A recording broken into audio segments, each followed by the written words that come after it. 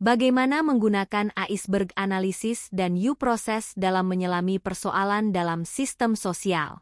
Model analisis ini dapat digunakan dalam menganalisis masalah-masalah moderasi beragama di Indonesia.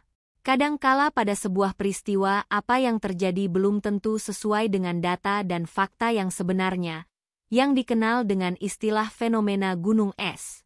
Oleh karena itu, perlu dilakukan pengumpulan fakta nyata dari suatu permasalahan. Fakta dan data yang terverifikasi menjadi pondasi analisis selanjutnya untuk mengetahui akar masalah, dengan catatan bahwa fakta dan data bukan dalam bentuk opini dan asumsi. Setelah data terkumpul, selanjutnya amati pola dan tren perilaku dan sikap yang terkait. Pola dan tren ini memberi gambaran faktor penyebab masalah untuk digali lebih lanjut. Setelah mengamati pola dan tren, perlu digali struktur penyebab yang lebih dalam.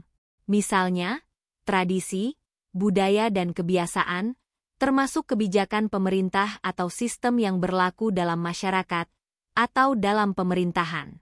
Di inti permasalahan, kita perlu mengidentifikasi mental model yang dianut dalam bentuk paradigma, perspektif atau keyakinan tertentu.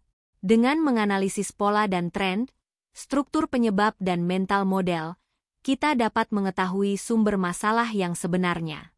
Perlu diingat bahwa, semakin dalam menyelami akar masalah, semakin besar leverage atau daya ungkit terhadap perubahan struktural dan sistemik yang berujung pada perubahan fenomena yang berkelanjutan.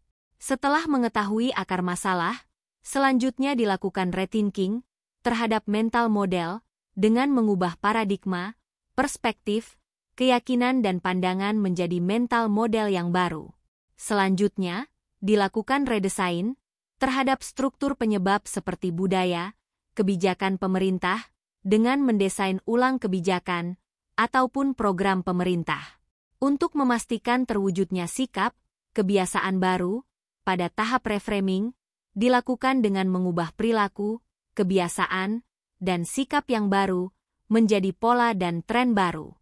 Perwujudan pola dan tren baru menunjukkan cara baru yang sistematis dan menyeluruh sebagai bentuk reacting berdasarkan fakta, peristiwa dan data yang mendasarinya untuk mencegah masalah yang sama muncul kembali di masa depan.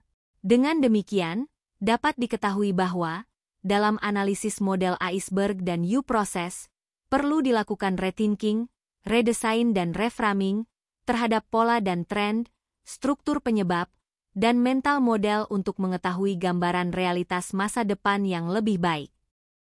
Terima kasih.